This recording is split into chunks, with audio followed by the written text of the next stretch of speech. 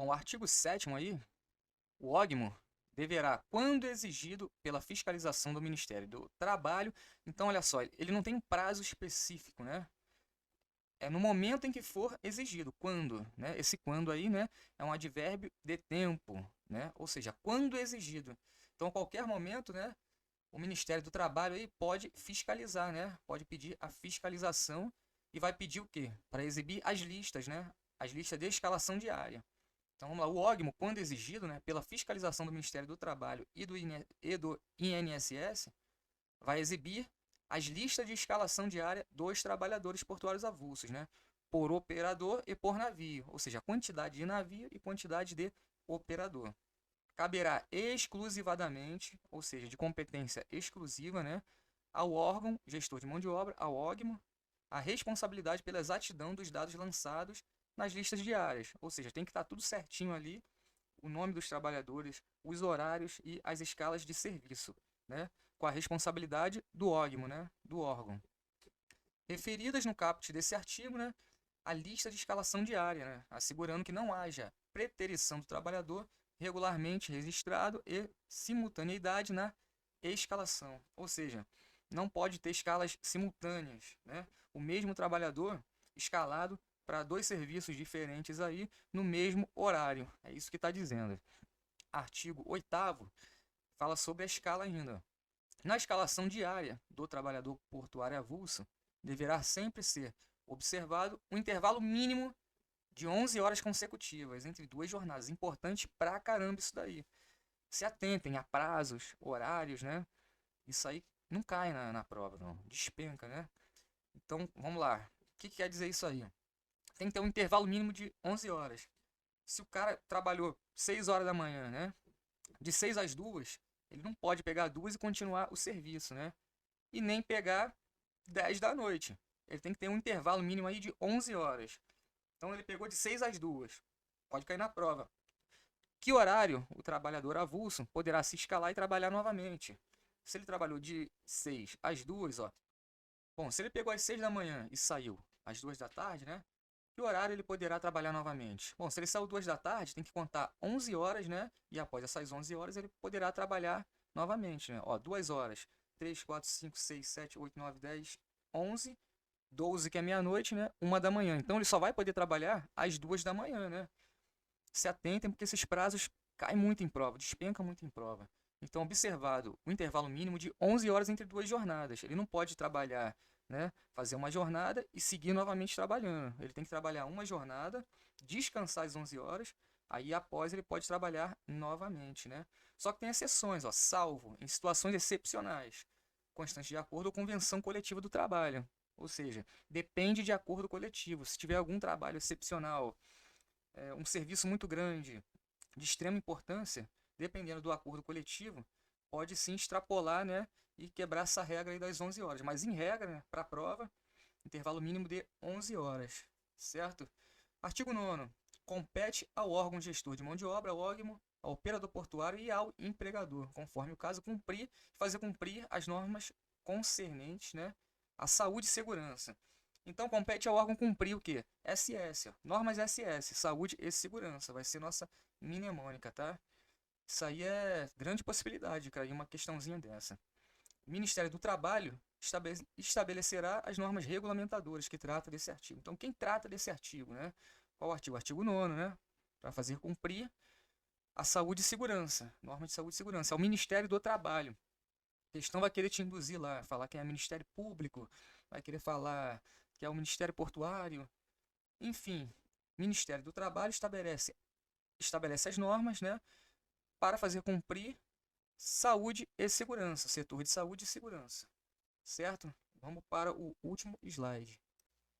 Vamos lá, artigo 10A, um dos artigos mais importantes aí dessa lei, porque tem muita pegadinha, né?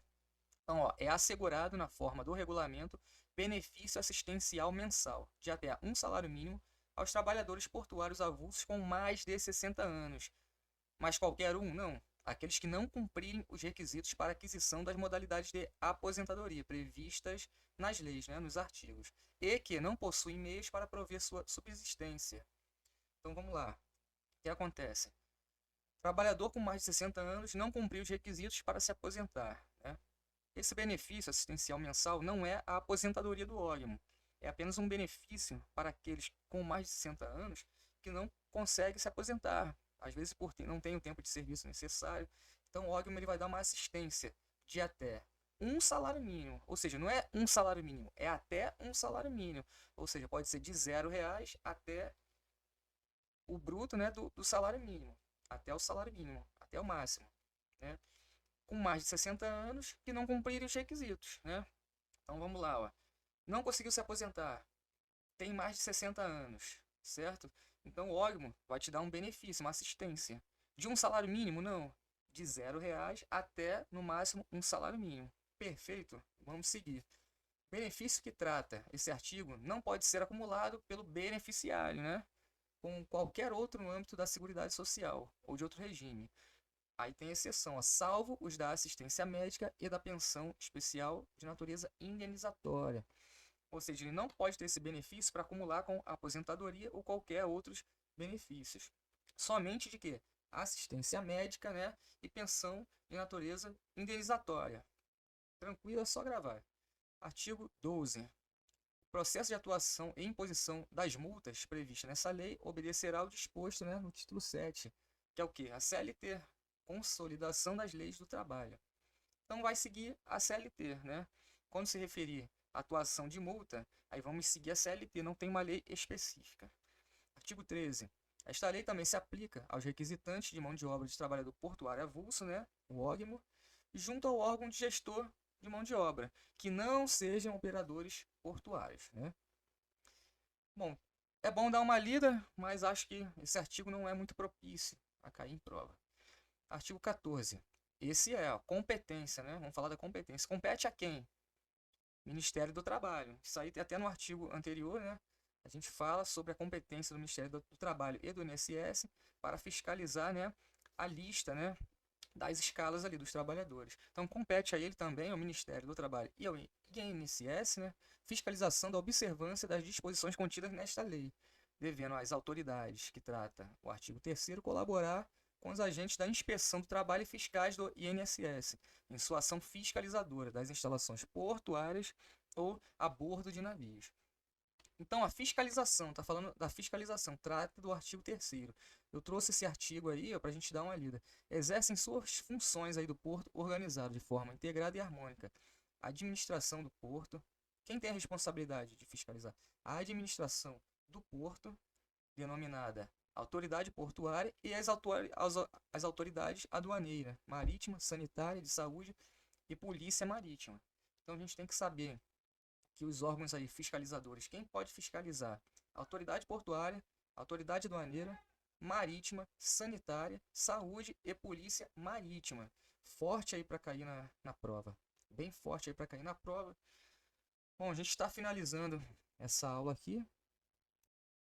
Espero que tenham feito proveito, né? Estudem bastante. Próxima aula trarei questões aí sobre esta lei, né? Então fechamos essa lei específica, né? Vamos bater a meta, 50 likes e 50 comentários, para a gente poder estar trazendo a próxima lei aí, da parte específica, concurso Ógmo Itaguaí, né?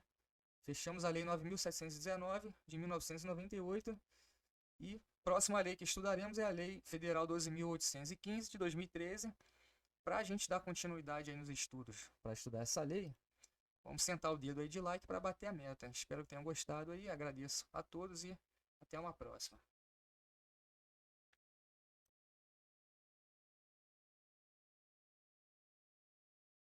Aposentar, a pessoa que tem mais de 60 anos tem direito a esse benefício. Benefício de assistência. Isso aí não é aposentadoria. É uma assistência mensal